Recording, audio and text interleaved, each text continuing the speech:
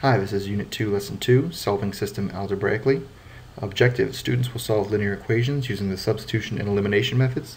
So we're doing the same thing we did last time, but instead of solving these systems by graphing them, we're going to solve them by using algebra, because graphs are kind of a pain to make, and this is going to give us a more exact answer if the intersection is not on an exact crossing point.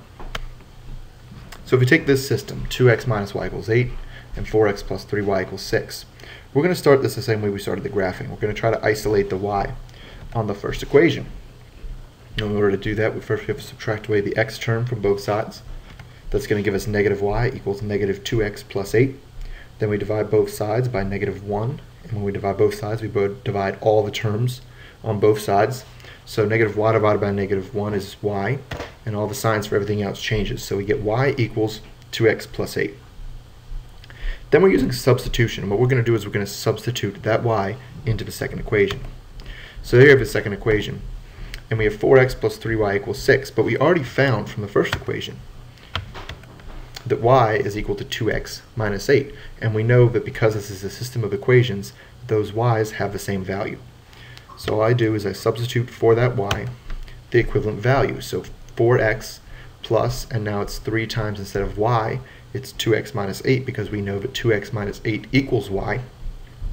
And that whole thing equals 6. The only thing I changed was I replaced the y with 2x minus 8. Now in order to solve this, I have to first distribute. So I get 4x plus, and I do 3 times 2x is 6x, and 3 times negative 8 is negative 24.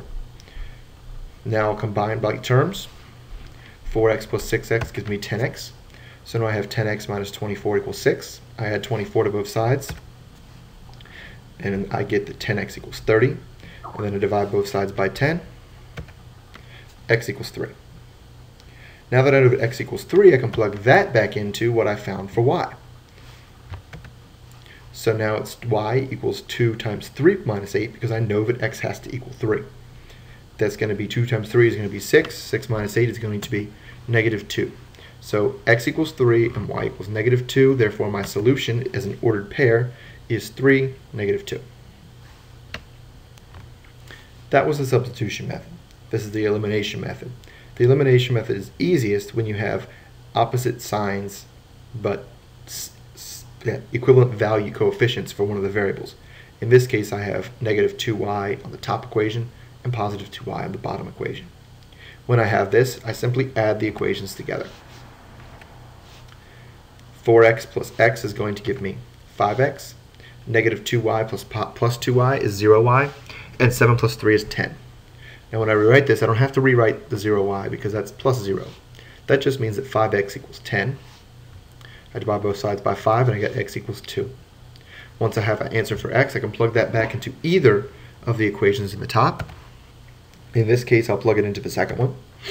That gives me x plus 2y equals 3. Plug that x equals 2 in. That gives me 2 plus 2y equals 3. I subtract 2 from both sides. That gives me 2y equals 1, divide both sides by 2, and y equals 1/2. So as an ordered pair, the answer is 2, 1/2. And you see the advantage on this is I know that it's exactly 2 and 1/2.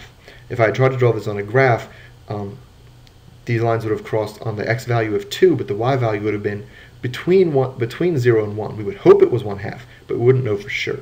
When we do it algebraically, we know it's exactly 1/2. It's not 5/8, it's not 3/8, it's not 9/16 or something like that. It's exactly 1/2.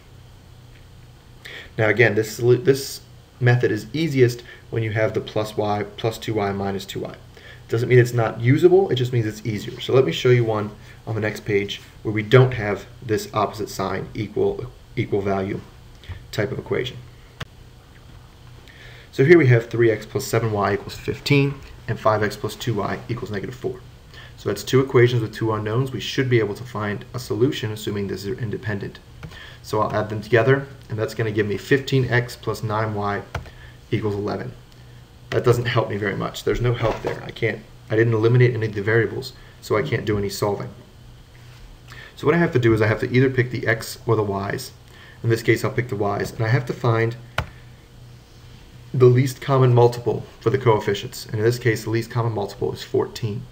So I want to multiply the top equation by something and multiply the bottom equation by something else that's going to give me 14y on the top and negative 14y on the bottom. That way I'll know they'll cancel out.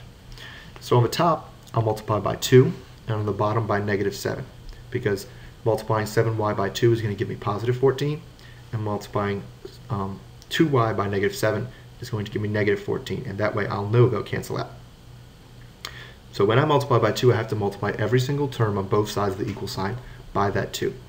So on the top equation, it becomes 6x plus 14y equals 30, and on the bottom equation, it becomes negative 35x minus 14y equals 28, and that's just multiplying everything by negative 7. At this point, I can add them. 6x plus 35x plus negative 35x, I'm sorry, is negative 29x. We have 0 y's, and 30 plus 28 is 58. So that gives me negative 29x equals 58. I divide by negative 29, and I find that x equals negative 2. Then I plug that back into either one of the equations from the beginning. I'll plug it into the first one. That's going to give me 3 times negative 2 plus 7y equals 15. That's going to give me negative 6 plus 7y equals 15. I add 6 to both sides. That gives me 7y equals 21. I divide by 7. That gives me y equals 3. So x equals negative 2, y equals 3 as a coordinate. That's negative 2, 3. At this point, if you're in class during second period B-Day on Thursday, I want you to open up the Understanding Math program on your computer and go through and click on these two things in this order. Click on Understanding Equations first, and then Solving Linear Systems second. Then you should go through the tutorial. It'll do a more thorough job of explaining how to do this and give you more practice at it. If you don't have your own computer, please buddy up with somebody else and work on it together. Okay, finally I'll give you the homework. The homework is page 30, numbers 3 to 27 in threes. Please don't hesitate to get in contact with me if you don't understand it. And I'll be back to class on Friday, and I'll see B-Day on Monday.